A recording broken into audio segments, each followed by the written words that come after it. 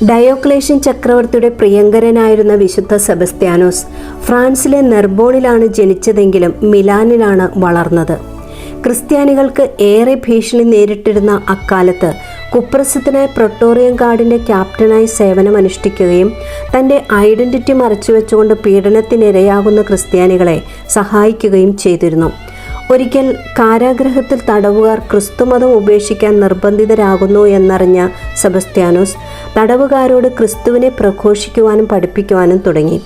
ആ സമയം യേശുവും ദൂതന്മാരും പ്രത്യക്ഷപ്പെട്ട് അദ്ദേഹത്തെ ചുംബിക്കുന്നതും സംസാരിക്കുന്നതും ചുറ്റും നിന്നവർ ദർശനം കണ്ടു. ഈ സംഭവം അനേകരുടെ മാനസാന്തരത്തിനും ജ്ഞാനസ്നാനത്തിനും കാരണമായി. സെബസ്ത്യാനോസിൻ്റെ ദൈവത്തിലുള്ള വിശ്വാസവും പ്രവർത്തനങ്ങളുമെല്ലാം മറ്റൊരു മതത്യാഗി ഒറ്റിക്കൊടുത്തു.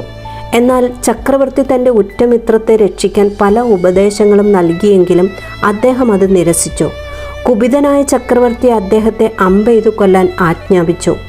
പടയാളികൾ അദ്ദേഹത്തെ നഗ്നനായി മരത്തിൽ കെട്ടി അമ്പെയ്തു. മരിച്ചുവെന്ന് കരുതി ശരീരം പരുന്തിനും കഴുകനും കൊത്തിത്തിന്നാൻ അവർ ഉപേക്ഷിച്ചു പോയെങ്കിലും പക്ഷികൾ അദ്ദേഹത്തിന് കാവൽ നിന്നു.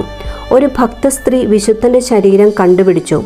മരിച്ചിട്ടില്ലെന്ന് കണ്ട് അവൾ അദ്ദേഹത്തെ ശുശ്രൂഷിച്ചു.